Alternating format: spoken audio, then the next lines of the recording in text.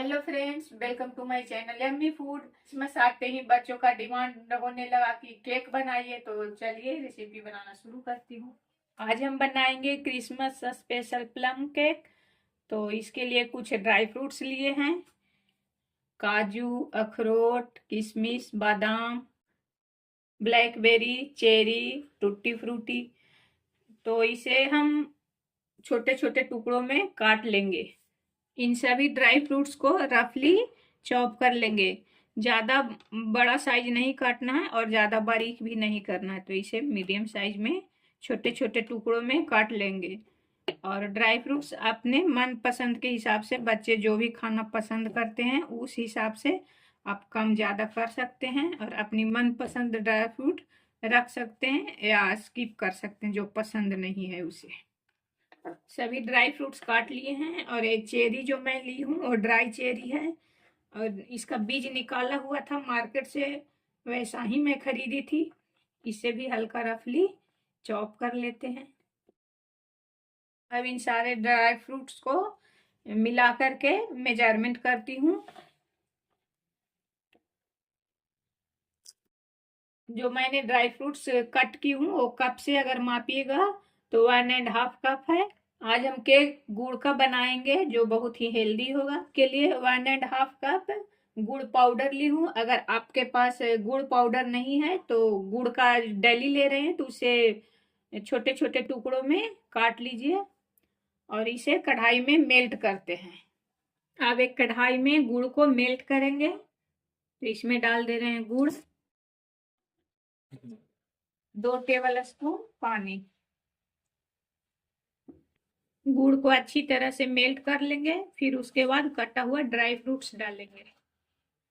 गुड़ मेल्ट हो गया है और इसमें झाग भी आने लगा है और यहाँ पे कटा हुआ ड्राई फ्रूट्स डाल दे रहे हैं। ड्राई फ्रूट्स डाल करके इसे गुड़ के साथ 2-3 मिनट तक मीडियम आंच पे पकाएंगे। अगर आप केक में गुड़ की जगह चीनी लेना चाहते हैं तो उसे भी सेम प्रोसेस है, चीनी को कैरेमल करके और इसी तरह बना लीजिए। इधर ड्राई फ्रूट्स और गुड़ को ठंडा होने के लिए रख दे रहे हैं। फ्रेश संतरे का जूस तैयार करते हैं। अगर आपके पास संतरा नहीं है, अगर आप मार्केट का जूस इस्तेमाल करना चाहते हैं तो टेट्रा पैक मिलता है, उसे भी इस्तेमाल कर सकते हैं, लेकिन मैं यहाँ पे फ्रेश जूस निकालूंगी। बहुत इजीली ये जूस निकाल जा रहा है। फ्रेश जूस बना करके अगर आप केक बनाइएगा तो खाने में ज़्यादा ही टेस्टी लगेगा।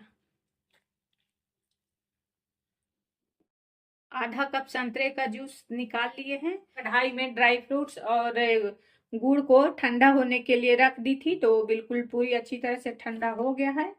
और यहाँ पे फ्रेश ऑरेंज जूस इस ड्राई फ्रूट्स के मिक्सचर में मिलाएंगे और इस बात का ध्यान रखिएगा कि कढ़ाई गर्म नहीं होना चाहिए। ड्राई फ्रूट्स और गुड़ अच्छी तरह से ठंडा हो जाना चाहिए। अब इसे 1 घंटे के लिए रख देंगे ताकि ड्राई फ्रूट्स इसमें फूल करके अच्छा से बड़ा बड़ा हो जाए साइज में।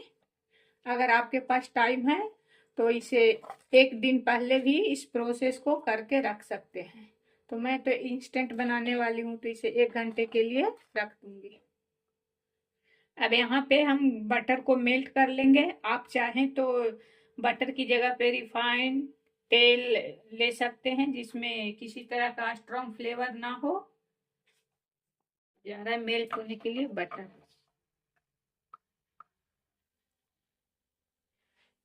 मेल्ट हो गया है। अब हम कुछ खड़े गरम मसाले लिए जो केक में बहुत जरूरी है डालना, इससे अच्छा टेस्ट आता है।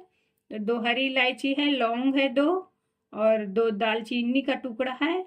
और मेरे पास जायफल नहीं था तो मैं नहीं ली हूँ। अगर आपके पास जायफल है तो डाल दीजिएगा। हाँ, और इतना कम मसाले तो जार में पिसाएगा नहीं, तो इसके साथ थोड़ा सा चीनी डाल देती हूँ, इससे अच्छे से मसाला पिस जाएगा। देखिए इसका फाइन पाउडर बन गया है। अब आगे का तैयारियां शुरू करते हैं।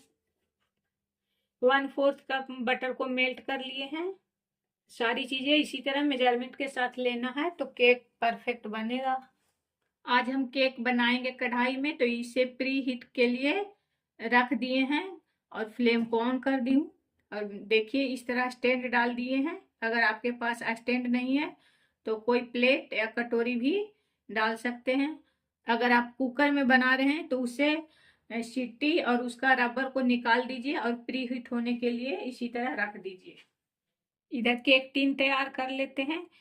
इसे ब्रश की मदद से ग्रीस कर लेते हैं ऑयल से। अगर आपके पास बटर पेपर हो तो बटर पेपर का इस्तेमाल कर सकते हैं। मेरे पास बटर पेपर नहीं था तो इस तरह ग्रीस कर ले रही हूँ और इसे मैदा से डस्टिंग कर लेंगे।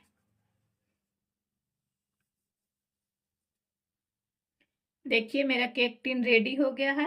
इसमें एक्स्ट्रा जो भी मैदा था उसे हटा दी हूँ। अब इसका बैटर तैयार करते हैं। तो इसके लिए 1/4 बटर डालेंगे मेल्ट किया हुआ। हम यहाँ पे 1/4 दूध लेंगे जो रूम टेम्परेचर पे होना चाहिए, तो इसे भी इसमें डाल दे रहे हैं। इसे भी अच्छी तरह से मिला लेते हैं। अब हम इसके लिए 1 कप से थोड़ा सा ज़्यादा आटा लेंगे और इसे छन्नी की मदद से छान लेंगे। ये गेहूं का आटा है जिसे रोटियां बनता है। आप चाहें तो यहाँ पे मैदा भी डाल सकते हैं। एक करीब 1/4 कप के बराबर आटा है और इसे छान लेते हैं। छानना बहुत ज़रूरी है। आटे को छानने से केक फ्लफी बनेगा और सॉफ्ट बनेगा। साथ में यहाँ पे 1/4 मिल्क पाउडर डाल दे रहे हैं। इसे भी छान लेती हूँ। इसी के साथ डाल देती हूँ इसमें दालचीनी, इलायची, लौंग। इसे भी छान लेते हैं। इन सभी चीज़ों को छानना बहुत ज़रूरी है। देखिए इसमें जो भी गांठ है वो बाहर निकल जाएगा। यहाँ पे मैं फ्लेवर आने के लिए किसी तरह का एसेंस का यूज नहीं कर रही हूँ। अगर आपको पसंद है तो बिल्कुल डाल दीजिए। अब इस घोल में आटा, मिल्क पाउडर और मसाला डाल करके इसे भी अच्छी तरह से मिला लीजिए।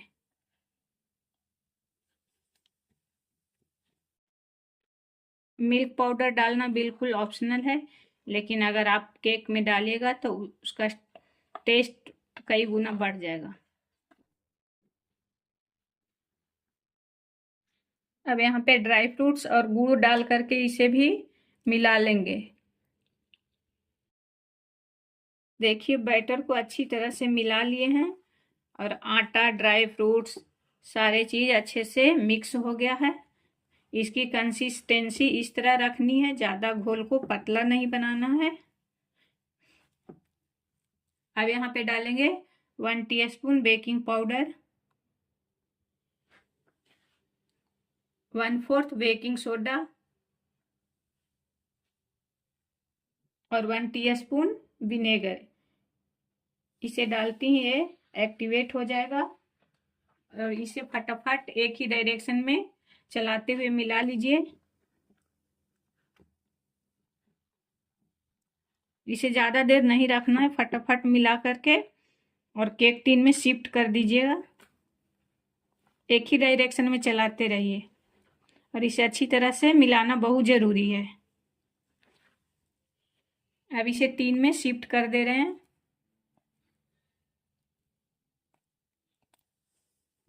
बैटर को डालकर इसे हल्का सा इस तरह टैप कर लीजिए, जो भी एयर है निकल जाएगा। इसके ऊपर फटाफट ड्राई फ्रूट्स डेकोरेट कर दीजिए।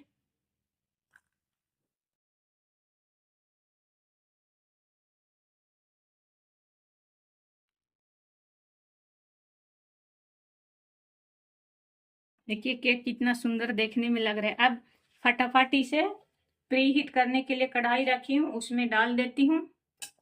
लो फ्लेम पे 1 घंटे के लिए बेक करने के लिए रख देती हूँ। टाइमिंग 5-10 मिनट ऊपर नीचे हो सकता है, ये डिपेंड करता है किस तरह का हमने बर्तन लिया है उसके ऊपर। तो 30-35 मिनट तक इसे बिल्कुल छेड़छाड़ मत कीजिए, इसे अच्छे से बेक होने दीजिए। 1 घंटा हो गया है। अब इसे एक बार चेक कर लेती हूँ, देखती हूँ क्या इसका कंडीशन है। वाह, देखिए कितना अच्छा केक फूला फूला बना हुआ है, बिल्कुल कहीं से जरा सा भी दबा हुआ नहीं है और बिल्कुल पहाड़ जैसा शेप में आ गया है। अब इसे एक बार चेक करती हूँ टूथपिक की मदद से।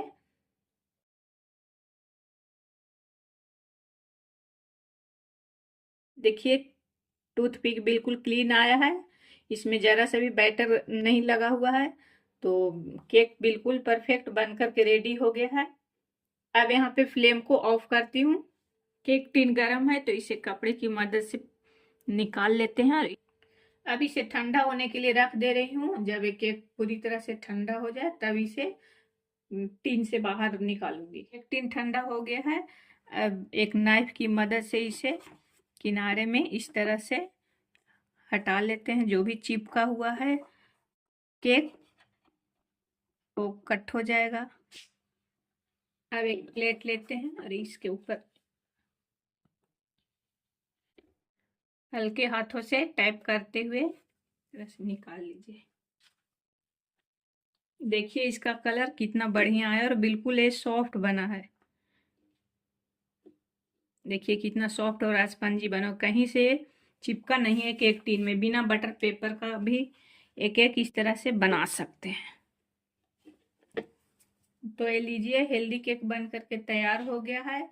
बिना मैदा, बिना चीनी, बिना रिफाइंड ऑयल, बिना ओवन का एक केक बिल्कुल परफेक्ट बना है। तो आप लोग भी इस रेसिपी को अगर पूरी तरह मेजरमेंट और मेथड को फॉलो कीजिएगा तो आपका भी केक बिल्कुल परफेक्ट बनेगा। ये देखिए कितना सॉफ्ट बना, कहीं से जरा सा हार्ड नहीं हुआ है। अब इसे एक बाइट कट करके दिखाती हूँ।